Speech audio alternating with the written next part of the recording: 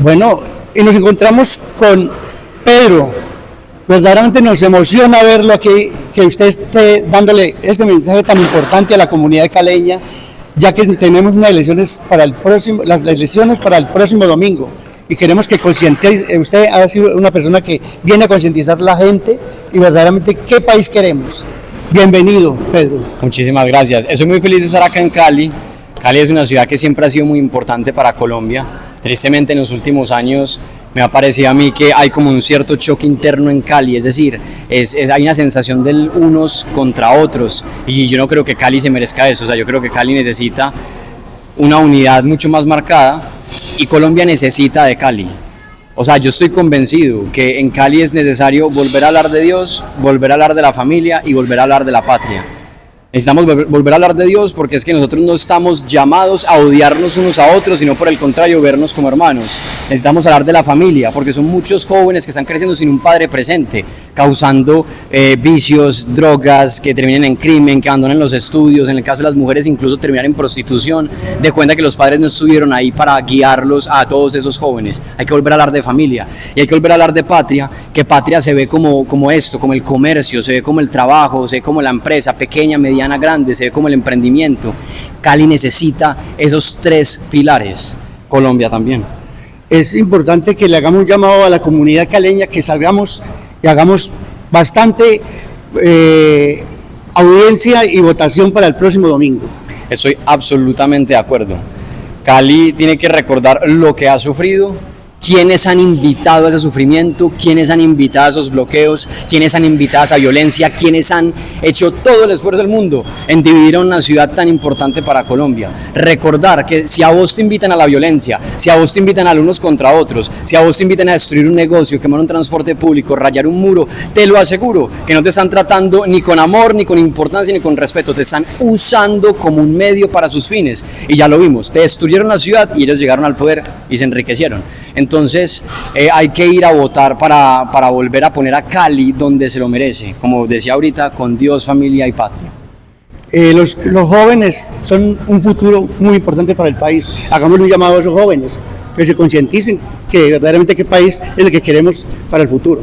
Sí, muy importante para el joven que sus opiniones no salgan de TikTok, porque este TikTok te muestra un video de 1 minuto 30. O sea, es necesario realmente preguntarse quiénes son los candidatos, quiénes son sus familiares, a qué se han dedicado, su hoja de vida, qué registros tiene, a quienes admiran esas personas, cómo se han enriquecido. Es decir, ¿sabemos cómo ha ganado plata o por el contrario no sabemos? Es una persona oscura que ha trabajado desde la clandestinidad o por el contrario tiene empresa o por el contrario ha estado ya en el sector público administrando recursos y le ha ido bien. O sea, hay que hacernos unas preguntas importantes con relación a la experiencia y la vida de ese candidato.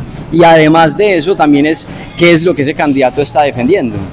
Como les decía ahorita, me parece que un candidato que se desvíe de la construcción de una sociedad que sea abiertamente cristiana, donde se ponga la familia como centro de la sociedad y donde no se respete la patria porque se viola la ley, porque se destruye la constitución o porque se ataque y se persigue a las empresas, yo creo que ese candidato no puede ser.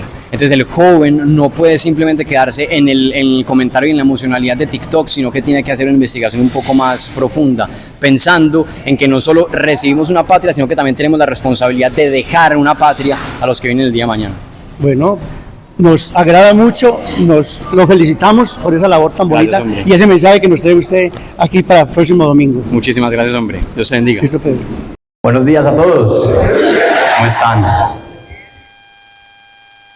En el año 2005, mi papá estaba de cumpleaños en el mes de septiembre y le pedí a mis abuelos que me cuidaran esa noche porque mi papá y mi mamá querían salir a bailar. Entonces mis abuelos me estaban cuidando y nos fuimos para una casa que tiene mi abuelo en el oriente antioqueño, en un municipio que se llama El Retiro.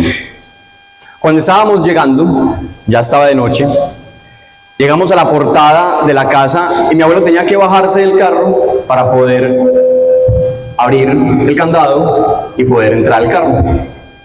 En el momento en el que él se bajó del carro, aparecieron unos hombres armados. Era el ELN. Y llegaron preguntando, ¿de quién es esta casa? Mi abuelo dijo, es mía. Perfecto, nos lo vamos a llevar. En ese momento mi abuela, en su defensa, dijo, venga, no se lo lleven, por favor, es un señor mayor, tiene gripa, hoy es una noche fría, no se lo lleven. Ah, perfecto, entonces nos la llevamos a usted. En ese momento mi abuelo agarró la primera chaqueta que tenía a la mano y le dijo a los miembros del ELN, nos vamos ya. Como quien dice, secuéstreme a mí, pero a mi esposa no la toque. A mi abuela le dijeron, ni se le ocurra llamar al ejército, porque si el ejército llega, la primera bala es para su esposo. Mi abuelo se fue secuestrado. En la primera noche del secuestro, mi abuelo empezó a conversar con uno de los guerrilleros de 18 años y le preguntó, hermano, ¿vos por qué estás haciendo esto? ¿Por qué estás en la guerrilla? ¿Por qué me secuestraron? Entonces él empezó a decir, es que, don Octavio, a mí me tocó meterme en la guerrilla, oja eso, me tocó, ese determinismo, casi que no fue su voluntad, no, las circunstancias lo llevaron a elegir el mal. A mí me tocó, y mi abuelo lo debatió, le dijo, a ver, ¿cómo así? Desde que yo tengo uso de la razón, todos los gobiernos de Colombia, en ese entonces que era solo el liberal y el conservador, todos han garantizado que como mínimo haya educación primaria. Yo estoy seguro que usted sí tuvo oportunidades, pero las desaprovechó. El guerrillero quedó como, yo a este lo secuestré y me está peleando. Y en esa llega y le dice, don Octavio, le voy a decir una cosa, usted tiene razón, yo decidí salirme del colegio. Pero además de eso, en la guerrilla, a nosotros nos enseñan a odiarlos a ustedes. Y mi abuelo dijo, ¿cómo así que ustedes? Sí, ustedes, los ricos. Y mi abuelo dijo, a ver, yo vengo de un municipio llamado Cisneros, al nororiente antioqueño, en donde rico era el que tenía bicicleta, millonario era el que tenía bicicleta y cigarrillos importados, y el que era más platudo era el que tenía bicicleta, cigarrillos importados y nevera. Y de esos había 4 en el pueblo. Pasaron los días y el guerrillero siguió conversando con mi abuelo. Él le decía, don Octavio, enséñeme de matemáticas, enséñeme a escribir. ¿Qué fue el Imperio Romano? ¿Quién era Alejandro Magno? Él quería aprender del mundo, quería aprender de la vida.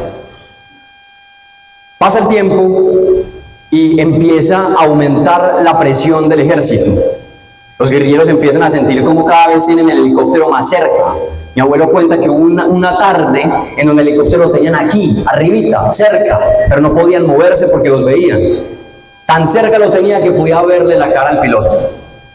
La presión del ejército era tal que llegó un punto en donde los guerrilleros empezaron a obligar a los secuestrados a que empezaran a moverse más rápido a través de las montañas de Antioquia, hasta que llegó un punto en donde la presión fue tal que le dijeron a mi abuelo, ¿sabe qué, don Octavio? ¿Sabe qué? Váyase y no mire para atrás, váyase.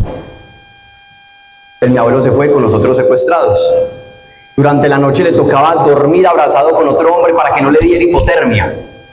Y después de varios días caminando encontraron una cerca. Siguieron la cerca, la siguieron, hasta que llegaron a una finca campesina. Cuando el campesino los vio, quedó frío. Les digo, ustedes son los secuestrados, ¿cierto? Mi abuelo dijo, somos nosotros. Mi abuelo volvió a la libertad. Llamaron ese día al alcalde del Retiro, llamaron al presidente. Hoy mi abuelo sigue vivo. Yo no sé si ese guerrillero siga vivo. Para muchos esa historia puede verse como simplemente una historia del conflicto armado colombiano, pero creo que en el fondo es algo mucho más profundo. Es tal vez una historia de amor, o mejor aún, una historia de falta de amor. Porque uno no llega a ser guerrillero porque sí. Él sabía, ese guerrillero sabía que había tenido oportunidades y admitió que las desaprovechó. Sabía que había una vida más allá y por eso quería saber de matemáticas, aprender a escribir, preguntarle sobre el mundo. Mi abuelo sabía, el guerrillero sabía que mi abuelo no era una mala persona, pero le habían enseñado que tenía que odiarlo. Tenía que odiar a quien no era digno de ser odiado. Entonces,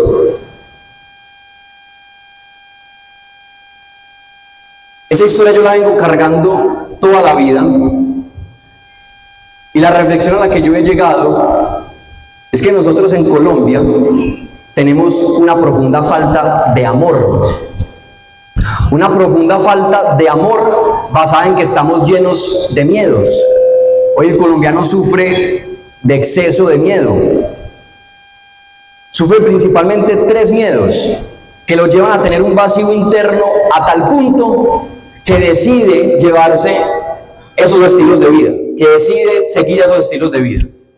Entonces, ¿cuál es el primer miedo que hoy sufrimos los colombianos? El miedo a no ser Dios. El segundo miedo que sufrimos los colombianos es el miedo a todo. Y el tercer miedo que sufrimos los colombianos es el miedo a nada. Y hablar de miedo es fundamental porque es que el miedo tiene la capacidad de revelarnos qué es lo que verdaderamente amamos. Si vamos a hablar de amor, tenemos que hablar de miedo. Entonces, atento, cada uno de estos miedos nos va a revelar un amor que tenemos los colombianos. El primer tipo de miedo, el miedo a no ser Dios, ¿en qué consiste? En que pues Dios es un ser perfecto y completo. No necesita títulos universitarios, no necesita leer libros, no necesita experiencia laboral, no necesita nada de eso. Él es perfecto. Ahora, nosotros no somos perfectos. A nosotros sí nos hace falta más cosas. ¿Qué es lo que pasa? Que muchas personas, en su miedo a no ser Dios, no aceptan que se equivocaron. No aceptan que el otro puede tener razón. No aceptan que el otro puede saber más que ellos. No aceptan que tal vez una vez en la vida tiene que cambiar de opinión, porque tal vez la opinión que sostenía no era una opinión correcta. O sea, hay gente que se le dificulta mucho admitir sus propios errores. Tiene un miedo a no ser perfecto. Tiene un miedo a no ser Dios. El miedo a no ser Dios nos revela un amor que es profundamente desordenado. Es el amor al ego, el amor a la autoimagen. Yo soy el que sabe más. Te falta leer y te falta empatía. Entonces no solo eres ignorante, sino que te falta corazón. Y yo soy bueno. Entonces me cierro ante el mundo, me cierro a que el otro de pronto me señale los errores o que me enseñe o yo pueda aprender algo. Por lo tanto, el miedo a no ser Dios no solo crea mediocres, también crea radicales, que se cierran. Ese es el primer miedo. El segundo miedo es el miedo a todo. Gente que vive con miedo de vivir soltero, pero también vive con miedo de hablarle a la persona que le gusta. Gente que vive con miedo de renunciar al trabajo porque lo necesita, pero también vive con miedo de quedarse en el trabajo porque no sabe si ese trabajo sí es para él. Vive con miedo de levantar la mano para hacer una pregunta, pero también tiene miedo de quedarse callado porque después van a pensar que es una persona tímida. Usted vive con miedo de todo. El que vive con miedo de todo nos está revelando un amor, pero es un amor desordenado. Esa persona tiene un desorden en el amor que se llama falta de prioridades. El que vive con miedo de todo no tiene prioridades en el amor. Es decir, uno no puede amar dormir con la esposa del vecino al mismo tiempo que ama dormir con su propia esposa. Hay que priorizar, usted no puede amar una de las dos. Usted no puede amar la pereza al mismo tiempo que ama trabajar. No se puede. Uno tiene que priorizar a la hora de amar. Muchas veces el colombiano no sabe priorizar qué es lo que tiene que amar. Y por eso se desordena. Y por eso se asusta. Y por eso se confunde. Y por eso le pone energía, tiempo y esfuerzo a lo que no es verdaderamente importante en la vida. El tercer tipo de miedo es el miedo a nada. Gente que va por la vida diciendo, no, yo no le tengo miedo a nada. O sea, Batman, Superman, no le tiene miedo a nada. ¿Qué nos muestra eso? También un desorden en el amor. No le da amor ni siquiera a las cosas que se merecen ser amadas. ¿No te da miedo que a tu hijo le vaya mal en la vida? ¿No te da miedo que a tu hermano lo maten? ¿No te da miedo que la empresa en la que estás trabajando se destruya? ¿No te da miedo perder lo que has estado construyendo? No te da miedo nada. ¿No te da miedo que se muera tu mamá por una enfermedad que estuvo enferma y no la acompañaste a tiempo? No te da miedo nada. Entonces la gente que no le tiene miedo a nada nos muestra también un desorden, y es que no le da amor a lo que sí debe recibir amor. O sea, negligencia. Entonces, ¿qué es lo que pasa? El colombiano está sufriendo hoy de estos 3 miedos. Y cuando el colombiano sufre de esos miedos, su proyecto de vida se desordena, su proyecto de vida deja de tener claridad, su proyecto de vida se vuelve frágil, y peor aún, no solo su proyecto de vida, su carácter se vuelve frágil. Cuando una persona, cuando un colombiano tiene el carácter frágil, tiene el proyecto de vida con poca claridad, se vuelve manipulable. Se vuelve manipulable porque no sabe dónde poner su corazón. Entonces el político es el que se lo mueve, es el que mueve ese corazón. Ahora, ¿cuál es la estrategia que los políticos han utilizado no solo acá, sino en muchos países a lo largo del mundo? La siguiente: cuando vos estás ahí triste, desolado, confundido, con miedo, con dudas, llega ese político y te dice: ve, todos esos dolores, todos esos problemas, todo eso que está saliendo mal en tu vida, no es culpa tuya, no lo es culpa de alguien más. Y entonces empiezan a sacarte toda una lista de opciones para convencerte que tú eres la víctima de algún victimario, que eres el oprimido de algún opresor. Entonces van y te dicen: el pobre, víctima del rico; el empleado, víctima del empresario; la mujer, víctima del hombre; el extranjero, víctima del nacional; el del campo, víctima del de la ciudad; el que no pudo estudiar, víctima del que sí pudo estudiar. Y así sucesivamente. El indígena, víctima del resto. Nos convencen que somos o víctimas o victimarios. Esa es una estrategia perfecta, porque nos ponen a pelear. Nos ponen a hacer dos bandos, dos lados, el usted contra mí, el nosotros contra ellos. Ese primer paso. Después que te convencieron que haces parte de algún grupo de víctimas, llega entonces el segundo paso, y es: reúnete con los otros, con las otras víctimas, que ese es tu grupo. Entonces ya te dicen que tu grupo no es tu familia, que tu grupo no es tu barrio, que tu grupo no son tus amigos. No, tu grupo son los otros pobres, o tu grupo son los otros oprimidos, y así sucesivamente. Paso 3. Después de haberte reunido con tu combo, te dicen: listo, ya encontraste tu gente, ya estás con ellos, manos a la obra, inicia la lucha. Entonces ahora hay que ir contra el otro grupo, hay que ir contra el otro grupo, inicia la lucha. Y ahí llega el paso número 4, y es la falsa épica. Ojo a esto, la falsa épica. Todos en el fondo tenemos un deseo natural de ser héroes, de hacer cosas maravillosas, de llegarle con buenas noticias a la mamá, de triunfar y sacar la cara por el barrio, de hacerle bien al que necesita que le hagan bien. Queremos ser héroes, y eso es bueno, eso es correcto, eso es un deseo saludable.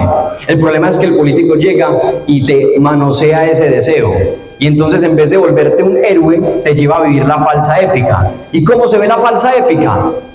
Como ese guerrillero que secuestra a mi abuelo, que tenía ese fusil en la mano, que se sentía fuerte, que se sentía valiente, que sentía que tenía una causa, pero en el fondo él sabía que había desaprovechado su vida, él sabía que había oportunidades mucho mejores afuera, él sabía que estaba odiando a una persona buena. Es decir, un desorden absoluto, porque es que el héroe es una persona que tiene un ideal noble. Él no tenía un ideal noble. O sea, ¿usted cómo va a odiar al bueno? Entonces, la falsa épica se ve así. Pero ¿sabe cómo también se ve?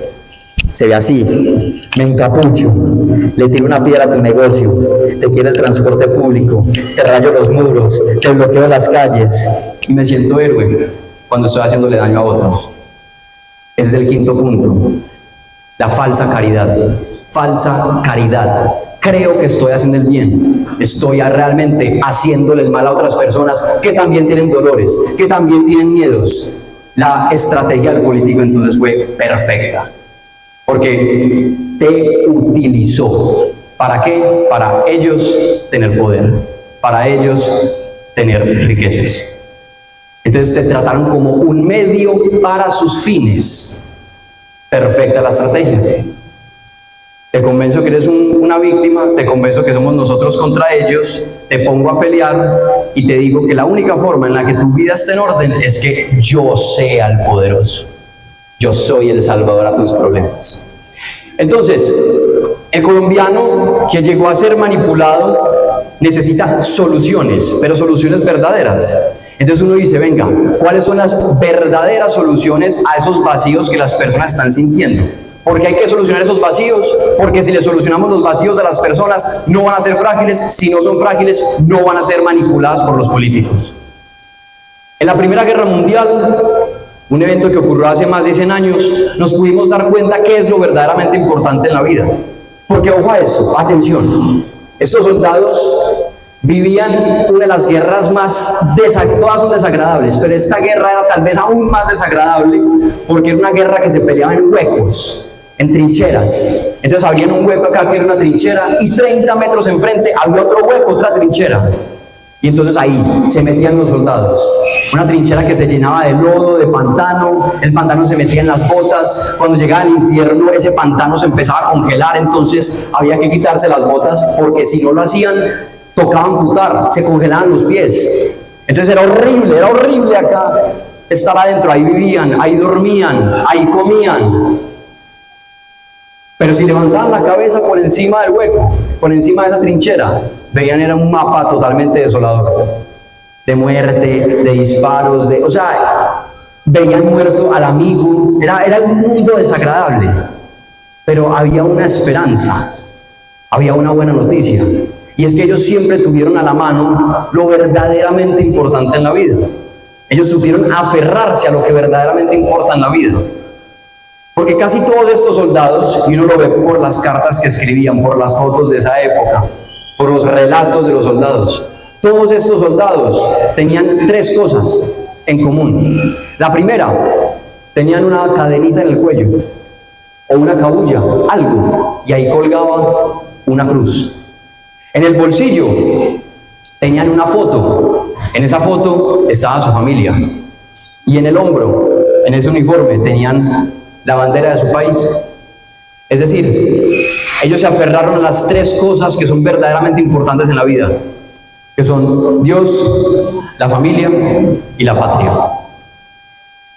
Eso no se los dio ningún político, no se los dio ninguna constitución, la tienen desde que nacieron, nadie se los puede quitar, nadie se los puede arrebatar, es algo propio, Dios, familia y patria. ¿Y cómo se ve en el día a día la defensa de Dios? Pues haciendo lo contrario a esos políticos que les gusta enfrentar a unos contra otros, viendo al distinto como un hermano, mirándolo a los ojos con amor, con respeto. A mí no me tiene que caer bien todo el mundo, yo no tengo que ser amigo de todo el mundo, pero sí estoy llamado a amar y a respetar a todo el mundo. Así se ve en el día a día la defensa de Dios. ¿Cómo se ve la defensa de la familia? Pues yo siendo un buen padre, una buena madre, un buen hijo. Colombia es un país donde la mitad de los colombianos crecen sin un padre presente.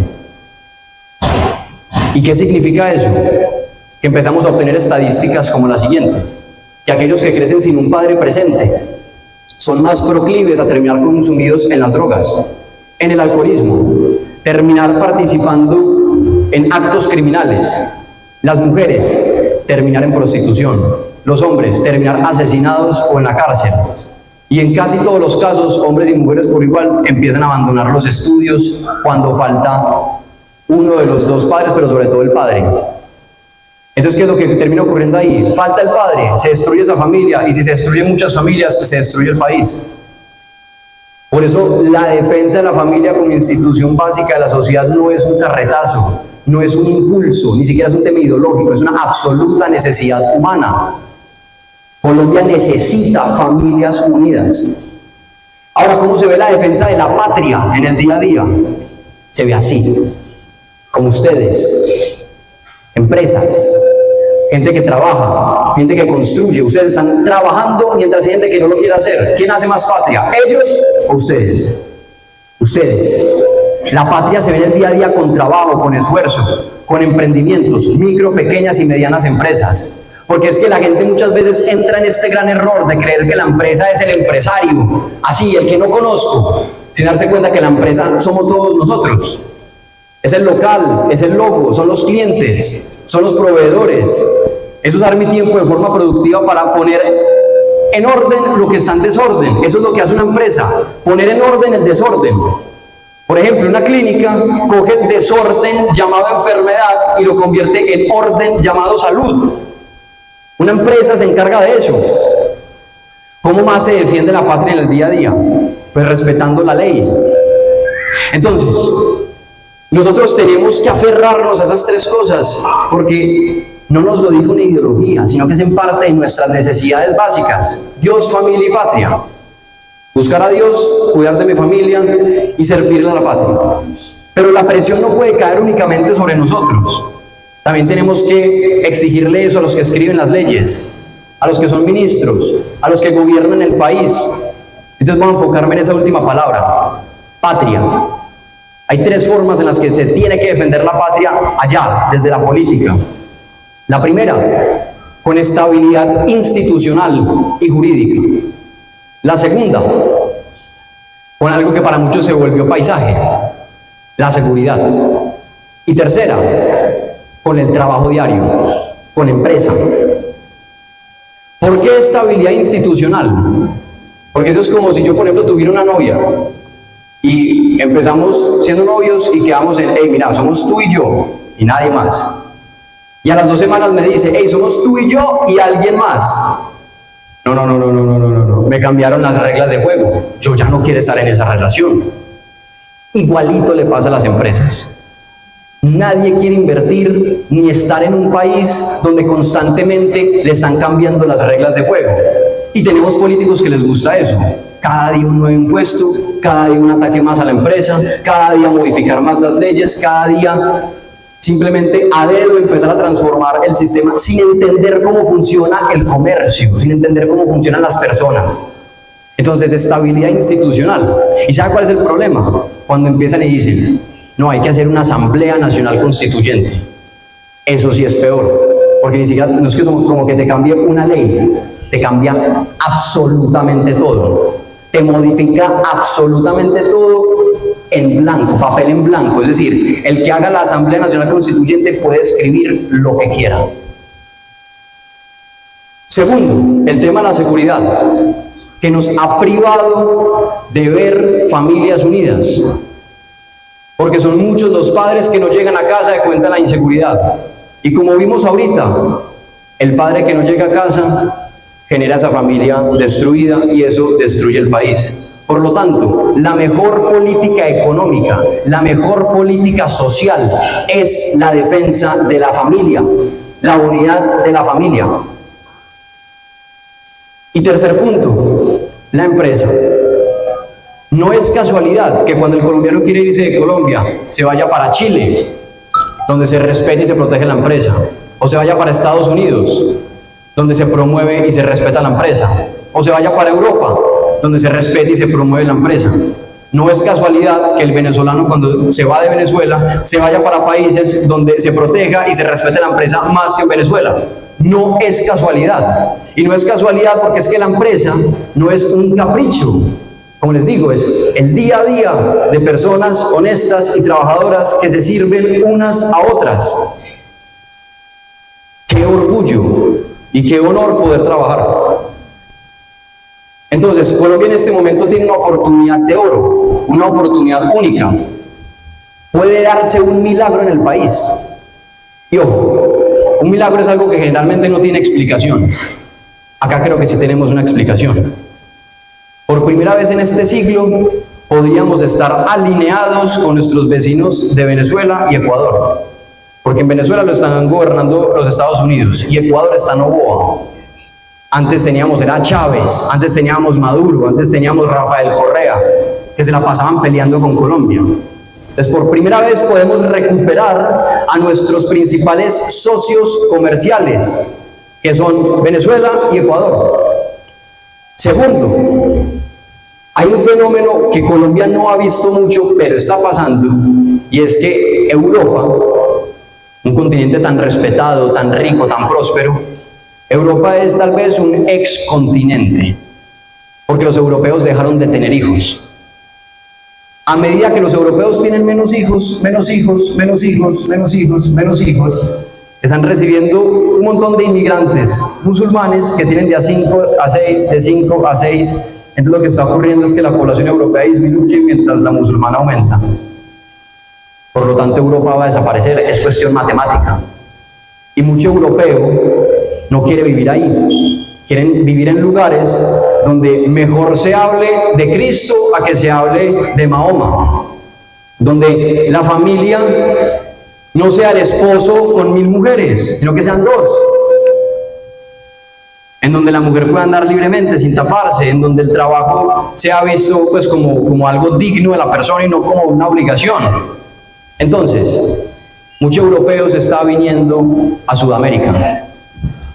Donde yo boxeo, allá en Medellín, vive un inglés con su esposa y con sus hijos ingleses. Cuando ellos llegan acá, llegan con plata, llegan invirtiendo, llegan montando un negocio porque es que se traen lo que necesitan para vivir.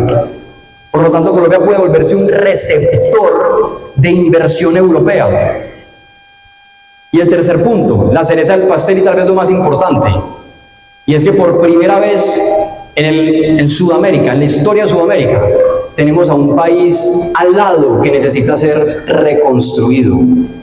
Colombia tiene la posibilidad de ser quien reconstruya a Colombia y en todo ese proceso de resurgimiento que reconstruya a Venezuela. Y en todo ese proceso de resurgimiento de Venezuela, nosotros empezar a recibir una inyección de dinero impresionante, que las empresas colombianas puedan volver a vender en Venezuela, puedan volver a montar fábricas en Venezuela y que ese dinero empiece a llegar nuevamente a Colombia. La posibilidad que tiene Colombia para volverse un país próspero es real, es palpable, la tenemos cerca y nunca antes nos había presentado esa posibilidad.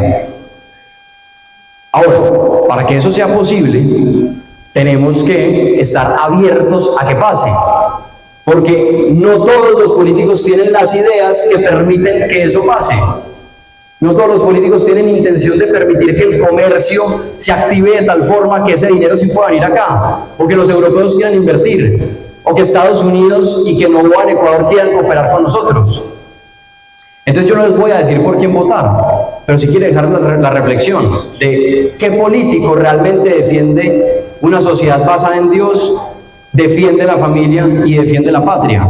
¿Qué político realmente va a estar abierto a cooperar con Estados Unidos, con Ecuador y a recibir toda esa inversión para que en Colombia recibamos una inyección de dinero impresionante que haga que la economía se dinamice y que todos empecemos a enriquecernos? Porque es que no se trata de quitarle a unos para darle a otros, sino que todos podamos ser más ricos, que el rico sea más rico, que el clase media sea más rico, que el pobre sea más rico, que todo colombiano sea más rico. Es posible. Entonces termino con esas 2 preguntas para que se las lleven para su vida y para su casa. La primera, ¿qué es lo que te da miedo? Recuerda que eso tiene la capacidad de revelarte qué es lo que amas. Y la segunda pregunta, ¿qué es lo que verdaderamente amas? A eso es que le tienes que dedicar tu vida, a eso le tienes que dedicar tu esfuerzo, a eso le tienes que dedicar tu tiempo. No hay forma, es imposible que una persona que le dedique su tiempo a aquello que ama viva infeliz. Dedicar nuestra vida a eso que amamos es precisamente ese secreto a la felicidad. Los invito a votar el domingo por Dios, por la familia y por la patria. Muchísimas gracias.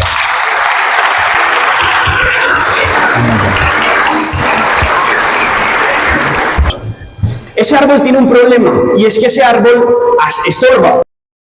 La casa crece, parece que se va podriendo, que se va muriendo, que tiene señales de que se está dañando. Entonces un árbol ahí que parece que se muriera, y además tiene otro problema, y es que bota hojas, y entonces uno tiene que estar barriendo esas hojas, o entonces la fruta, imagina un mango, entonces queda esa mancha en el piso, etcétera. Tiene un montón de problemas, pero usted ha crecido toda la vida con ese arbolito ahí en el patio de la casa. Y usted no solamente ha crecido, sino que su papá y sus abuelos, y ha sido la casa de toda la familia, entonces siempre ha estado ahí. Pero imagine que un día alguien llega y le dice: hombre, ese árbol a usted cómo le estorba y se está dañando, yo le ayudo a tumbar ese árbol, tumbemos ese árbol. Y en ese tumbemos ese árbol le dice: ¿sabe qué? Y no solo eso, yo le voy a regalar a usted un jarrón espectacular, una estatua o algo, una cosa bien bonita, un adorno para que el patio quede bien lindo y hace menos espacio, y usted no tiene que barrer, usted no tiene, etcétera. Probablemente esa persona dice, listo, hágale. Entonces va y tumba el árbol. Y efectivamente cuando lo tumba, usted se da cuenta de algo. Y es que empieza a hacer un sol tremendo. Y usted se da cuenta de algo y es que empieza a hacer más calor, hay menos fresco, etc. Y usted se da cuenta de algo, cometí un error tumbando el árbol, qué maravilla el árbol que me da sombrita, y que además era la memoria de mis papás y de mis abuelos, etc. Esa persona que te dio esa idea, resulta que no le dio a usted ningún jarrón, le ayudó a tumbarlo y se fue. Eso es la definición de un estafador. Un estafador es una persona que llega y te dice, acabemos con esto porque eso te está haciendo daño, y hay un problema en la vida. Es que hay muchas cosas que son difíciles de construir, toman mucho tiempo de construir, pero fáciles de destruir. Muchas cosas. Piensa usted en la reputación. Usted sabe lo que es la reputación, la confianza. La reputación y la confianza es algo que usted construye por mucho tiempo, pero que se pudiera acabar en cuestión de un segundo. A cada uno de nosotros nos podría pasar que en un momento de emocionalidad, de irracionalidad, nos dejamos llevar por un impulso, hicimos algo y arruinamos la confianza con alguien o la reputación ante alguien. Eso pasa mucho. O imagina usted una gran empresa, una familia, algo que usted construyó. Demora en construir porque es como ir regando un árbol, es como irlo haciendo crecer. Demora en crecer, pero pudiera acabarse en cuestión de segundos, en cuestión de un día.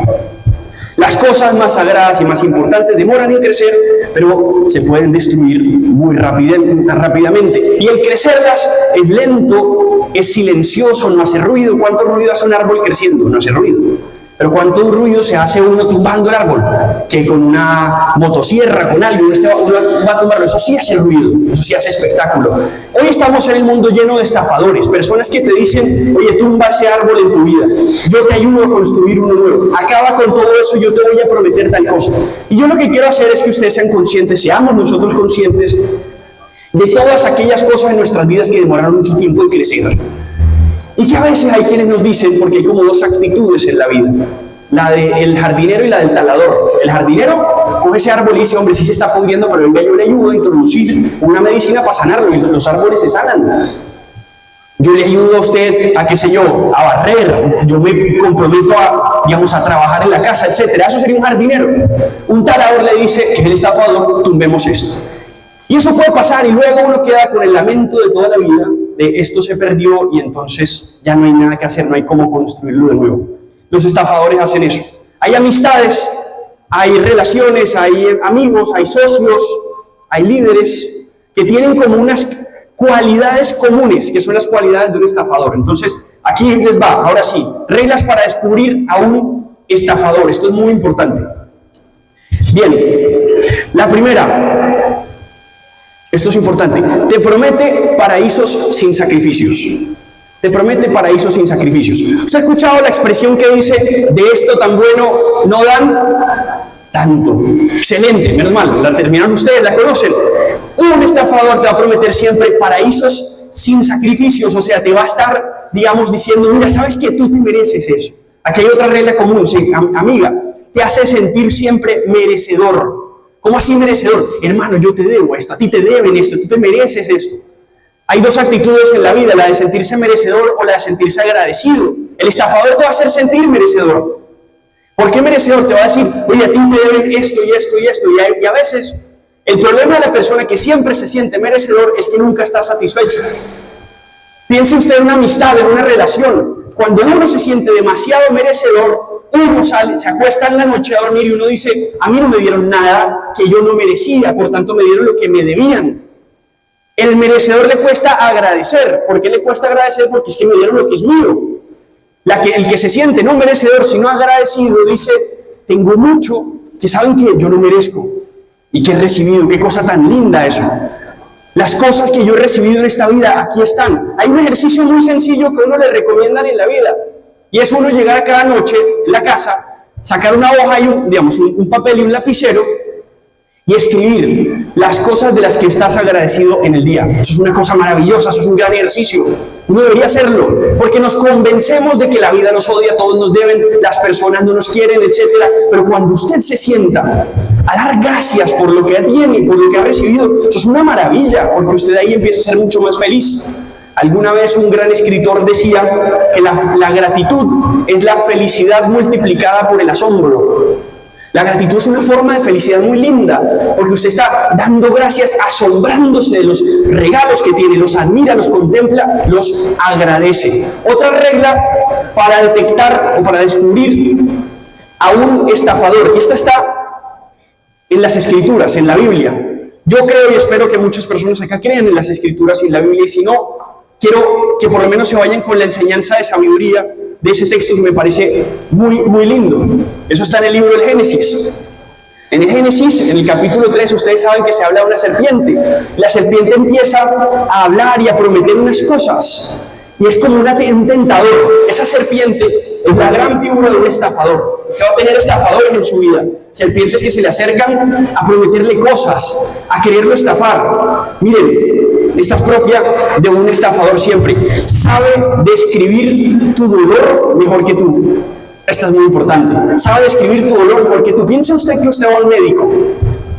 Alguna vez usted va a un médico y resulta que usted tiene un dolor de cabeza tremendo. Usted le duele mucho la cabeza. Y el médico se sienta, él es especialista y sabe y te hace un diagnóstico. ¿Qué es el diagnóstico? Te dice, es que tú sufres de esta enfermedad, es que tú sufres de esto, usted tiene sinusitis, por ejemplo. Y entonces el médico te empieza a describir lo que sientes, el dolor que tienes, de una manera que nadie te la había descrito antes. Y entonces enseguida tú dices, esta persona me entiende. Esta persona me entiende. ¿Cómo así que me entiende? Sí, porque me describe mi dolor mejor que nadie. Y entonces, como me entiende, esta persona sí que sabe lo que yo necesito. Un estafador, una condición de alguien que te va a estafar, es que sabe hablar muy bien. Eso es una regla. Te saben describir tu dolor de una manera como dice, oiga, este sí me entiende. Todas esas pirámides, todas esas estafas tienen eso. Saben describir dolores y dolores a todo el mundo. ¿Sufre usted de desconcentración? Bueno, sí, todo el mundo sufre de desconcentración. ¿Sufre usted de, qué sé yo, le falta sueño, se levanta cansado, no sé qué? Pues todo el mundo. Dice cosas que todo el mundo ve, eso es como el horóscopo. Los horóscopos son una estafa, perdónenme, porque dicen cosas comunes a todo el mundo. Hoy te vas a levantar y vas a conocer el amor de tu vida. Y la persona tiene la parabólica encendida todo el día diciendo, ¿dónde está el amor de mi vida? Hoy va a ser... Digamos, hay palabras que condicionan, entonces son personas que te saben describir tu realidad de una manera impresionante que tú dices, este me entiende. Eso es muy propio de una persona estafador. La serpiente también tenía una que les dice, y es que esta es otra regla para detectar un estafador, te hace desconfiar de tus principios, te hace desconfiar de los valores. ¿Cómo así? Bueno, si ustedes se leyeron la Biblia, espero que sí algunos, si no tomen la sabiduría de eso que es hermosa. La serpiente le dice a Adán y Eva, y quiero puede aprender algo muy grande, le dice, ¿es verdad que Dios te prohibió comer de ese árbol? Es que Él sabe que si tú comes de ese árbol, no morirás, serás como Dios, conocerás lo oculto, digamos, le empieza a prometer un montón de cosas, pero inicia generando una desconfianza, les hizo a estas personas desconfiar de Dios. Y yo creo que eso es importante porque nosotros, muchos de nosotros todos, yo espero que sí, ustedes han sido criados en nuestro país, es una cosa maravillosa, es que en las familias transmitimos valores, principios, le enseñamos a nuestros hijos a tener una palabra muy linda, temor de Dios. ¿Han escuchado eso? Tener temor de Dios. ¿Qué significa tener temor de Dios? Hombre, ser consciente de que uno hay cosas que sabe que no se hacen, de que uno sabe que hay unas reglas, que hay unos mandamientos y que uno los cumple. Un estafador te va a hacer romper con eso, te va a hacer desconfiar de esa herencia, digamos, de tus padres y de tus abuelos. Uno de los padres y los abuelos le decían frasecitas, como máximas, ¿cierto? Como adagios, como dichos, te dejaban frases, ¿cierto? El perezoso trabaja 2 veces, eso lo decían uno mucho los abuelos, ¿cierto? Ese tipo de frases son herencia de nuestros abuelitos, una maravilla. El estafador te va a decir, ese árbol que lleva ahí mucho tiempo, corte usted eso, rompa usted con lo que le dijeron sus abuelos antes. Eso es otra. Y esta quizás la más importante, regla para detectar a un estafador. Al final del día, todo lo que un estafador te promete te lo termina robando. Esa es la más importante, porque el estafador lo que tenía era retórica, pero no tenía manos, no tenía capacidad de entregarte lo que te estaba ofreciendo. Lo que le interesaba no era darte justicia, no era darte algo, sino ganar injusticia a su favor. No le interesaba hacer un negocio contigo, no le interesaba una amistad contigo, una relación contigo. Le interesaba reproducir tu dolor, describirte las cosas de una manera que te convence, que te conmueve, que te emociona, y luego utilizar todo eso para su estrategia de poder, para su conquista de poder, para su interés personal. Es una persona que no quiere servirte a ti, sino valerse de ti. No le interesa la justicia, que te den lo que mereces. No, le interesaba la injusticia a su favor. Eso es lo propio del estafador al final. Utilizó todo eso. Y uno que termina diciendo, que parla la que tenía esa persona como me dejó estafado. Y uno dice, hablaba espectacular, hablaba divino, y yo quedé igual o peor. Y esto es importante porque uno debería desarrollar inmunidad ante la estafa. Yo no les vengo a decir, y eso se lo digo Pedro, me parece muy bonito, yo no les vengo a decir a ustedes, escojan con quién casar. Yo no voy a decir con quién se tienen que casar, ni con quién tienen que hacer negocios, ni con quién deberían de desarrollar una amistad, ni por quién deberían votar. Que el Señor se los muestre. De paso, otra más, para usted saber detectar un estafador. Confía en tu instinto. Eso es muy importante. Confía en tu instinto, en tu intuición. ¿Qué te transmite? ¿Me transmite confianza o me transmite que ese hombre siempre dice lo mismo como para saberme manipular? Que las personas más hábiles manipulando no son las personas más hábiles entregando. Confía en tu instinto, confía en tu sensor interno. La conciencia a veces te dice, de esto tan bueno no dan tanto, yo como que a este no le creo tanto. Y gracias a que advertiste antes de tiempo, fuiste inmune a la estafa, actuaste, reaccionaste a tiempo y te sacaste de ahí. Queridos amigos, además quiero decirles que la patria que ustedes pisan, esa de la que ustedes llevan una camiseta, este país tan hermoso que el Señor nos regaló, que Dios nos regaló, en el que queremos que vivan nuestros hijos mejor que nosotros, esta patria es como ese árbol, es una continuidad. Y van a llegar en la vida muchos estafadores que nos van a decir que tumbemos ese árbol, que volvamos a construir. Y eso va a pasar con muchas cosas. Tumbemos esto y volvámoslo a hacer. Desfinanciemos esto. Destruya el árbol y monta otra vez, porque destruir genera impresión. Destruir el árbol, tumbarlo, talar, genera ruido, es un espectáculo digno de ver. Si usted va en la calle y va a tumbar un árbol, usted queda quieto y ve cómo lo van a tumbar. En cambio, nadie se queda mirando cómo un árbol crece. Eso parece aburrido, porque es un trabajo humilde, es un trabajo sencillo, discreto, silencioso, pero es el trabajo que vale la pena. Y la patria y el país, como bien lo decía mi amigo y mi hermano Pedro, no es solamente uno decir Colombia, una delimitación territorial, una bandera, lo que sea. La patria es también tus hijos. Es también el lugar donde trabajas. Es eso, es ese arbolito que usted continúa. Porque el sentido y el significado de nuestras vidas, mis queridos amigos, es darle continuidad a ese arbolito, en todo sentido. Ustedes, sus padres y sus abuelos, les heredaron muchas cosas. Y no me refiero a cosas materiales, me refiero especialmente a lo espiritual, a los valores y los principios que ustedes les dieron. Vivimos en un país que está a riesgo de todo eso.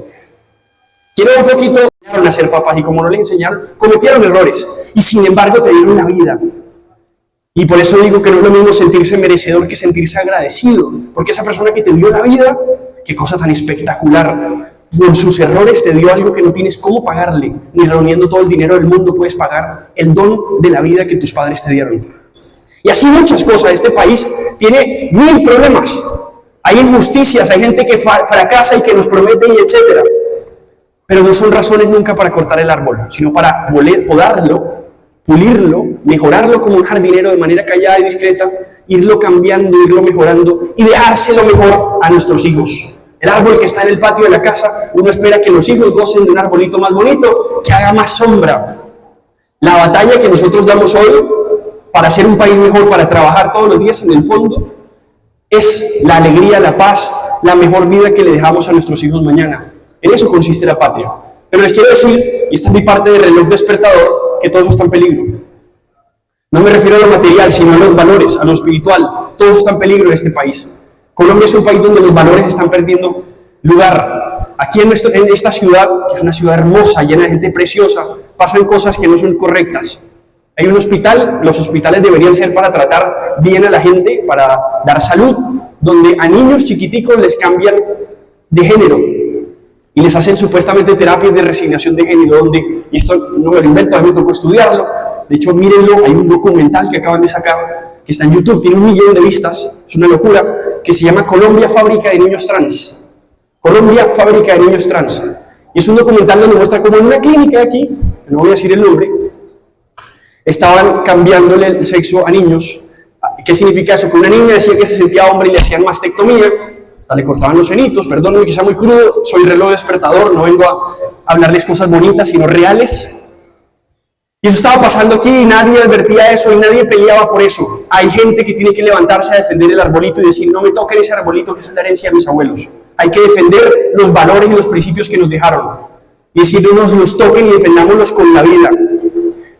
Y miren, hay gente valiente y un joven valiente de hasta de otro país grabó un documental sobre eso, algo que estaba pasando aquí en Cali.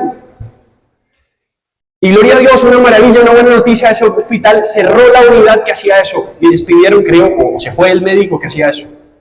Es decir, levantarse y hablar y levantar la voz sirve, funciona. En este país, y esto me lo han dicho personas, de hecho, médicos que viven aquí en Cali, permiten a los bebecitos en el vientre acabar con sus vidas en el sexto, en el séptimo, en el octavo mes. Yo no lo estoy inventando, a mí me han enviado videos y fotos de cómo esto pasa. Enfermeras, cómo agonizan afuera del vientre incluso, porque un bebecito de 7 y 8 meses, yo no sé ustedes, yo conozco bebés que han nacido de 8 meses, hasta de 7. Es posible inducir un parto y aquí en Colombia nos permiten matar. Esa es la realidad. Y eso ha pasado aquí en Cali, en Bogotá, en Medellín, en todos estos lugares. Y poca gente levanta la voz frente a eso. Eso se llama defender los principios. El arbolito que estamos, mucha gente está diciendo, corte con todo eso. Usted no piense en un árbol, piense en una flor. Piense en una flor cuando la cortan, una flor recién cortada como es. Es muy bonita, usted la puede regalar a alguien, usted puede hacer lo que quiera con ella. Pero ¿qué le pasa a esa flor recién cortada? Que con el tiempo se va a marchitar, se seca. ¿Por qué? Porque no está conectada a la raíz y no está conectada al agua. Así con nuestros principios y con la herencia moral, espiritual de nuestros padres y abuelos. Cuando usted le dicen corte con los principios, ¿qué importan los mandamientos, la moral, lo que sea que le enseñaron a usted a sus padres y sus abuelos? Usted es como esa flor que se ve impresionante y hace lo que quiera, pero está destinada a marchitarse. Este país, sin los principios y los valores que nos hicieron grandes, que nos hicieron distintos, no económicamente, Colombia no es una potencia mundial económicamente, ¿y qué importa hacerlo? Lo que nos importa es que nosotros somos honrados, somos correctos, y nunca vamos a aceptar que se justifique la mentira, el engaño, la injusticia, ni nada de eso. Lo inmoral no lo aceptamos en este país, porque aquí hay principios, aquí agradecemos lo que nuestros padres nos heredaron. Colombia es un país que no vamos a dejar, y yo espero eso de ustedes, que se marchite esa florecita. Imaginen que Colombia es esa flor. Eso es hermoso, porque el himno nacional de Colombia, ¿ustedes saben cuál es el himno nacional? ¿Lo han cantado alguna vez? Yo espero que sí. Lo inventó un presidente hace mucho tiempo, Rafael Núñez, por la independencia en Cartagena. Hay una parte que dice gloria inmarcesible. ¿Han escuchado eso? ¿Qué significa inmarcesible? Significa algo que nunca se marchita, algo que nunca se seca, algo que no se daña. Eso es nuestro país, o eso debería ser. Pero depende de que nosotros, ustedes y yo, lo defendamos con la vida, que lo defendamos con el alma, que le levantemos la voz. Hoy hay muchos líderes que quieren estafarnos diciéndonos que lo anormal es normal, que lo incorrecto es correcto, que cambiemos los valores, que los trastornemos. Yo quiero pedirles a ustedes que el día que ustedes elijan a un amigo, que el día que ustedes elijan un socio, que el día que ustedes estén en una relación, que el día que ustedes voten por un líder, o un líder incluso donde sea, ustedes haya algo que nunca traicionen y que sean sus principios. Todo lo demás se os dará por añadidura, eso lo dice la Biblia. Nunca traicionen sus principios y van a ver cómo al final siempre nos va a ir bien. De hecho, eso es lindo, porque así como uno protege ese árbol que le dejaron los padres y los abuelos, también las escrituras me van a perdonar que hable tanto de la Biblia, es que a mí me apasiona. La Biblia dice, y ese es el mandamiento único con promesa, porque dice, honra a tu padre y a tu madre y te irá bien. Y te irá bien. Si nosotros somos agradecidos con este país que nos dejaron y lo defendemos, honramos a nuestros padres, nos irá bien como país. Tengan en cuenta eso cuando elijan amigos, cuando elijan relaciones, cuando se metan en un negocio, pero tengan en cuenta eso también el día que vayan a votar. Piensen en sus principios, piensen en los valores que ustedes le inculcan a sus hijos y pregúntense de todos los que ustedes vean que les estafen, que les vendan cosas, porque todos venden. De todos los que vendan, pregúntense quién realmente habla de estos principios y de estos valores. Eso es lo más importante, nunca negocien sus principios y les irá bien. Dios les pague. Muchas gracias por escuchar y por la paciencia. Bueno, a Pedro y a Julián, muchas gracias. A Pablo. Bueno, buenos días. Nos encontramos en el Ariste, en un evento muy importante, ya próximos a la campaña de la política del próximo domingo, las elecciones primera vuelta, y nos encontramos con Julián, que nos está concientizando qué país queremos. Julián, bienvenido. Javier, muchas gracias, hermano. Aquí estamos haciendo conciencia sobre el valor de la familia, de los principios, sobre lo que significa ser empresa, sobre la bondad del trabajo, que es tan importante, y del fondo que defendamos nuestra patria. Esto estaba llenísimo de jóvenes, de personas que trabajan todos los días, que madrugan a trabajar, y eso es una maravilla porque tenemos que defender el país que Dios nos regaló. Julián, yo quiero que por favor le dé un mensaje a toda la comunidad, porque este video se va a montar, toda esta programación que se hizo hoy en la mañana se va a montar a toda la comunidad caleña. Quiero que les dé un mensaje bien importante para el domingo, que se concienticen bien por quién debemos votar y qué país verdaderamente queremos. Javier, pues muchas gracias a toda la comunidad caleña, todas, además del centro de aquí del comercio, que nos acompañaron. Esto fue una maravilla. Gracias por acompañarnos, y que la conciencia sea para que votemos por nuestros principios, votemos por aquello que es no negociable, la vida, la familia, los valores morales, todo eso que es tan importante y que hoy está en muchísimo riesgo, porque también hay que decir que todo esto que encarna Cepeda y toda esta continuidad hacen muchísimo daño, porque son la ruptura con la vida, con la familia, con los principios, valores morales, todo eso que para nosotros es tan preciado y que es tan importante, y al final también la empresa, el trabajo, la posibilidad de salir adelante, de emprender.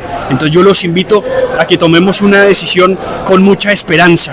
Yo en mi caso votaré por la fórmula de Abelardo y José Manuel, y los invito también a que lo hagan para que defendamos la vida y los principios, todos esos principios que queremos que en Colombia vuelvan a primar otra vez.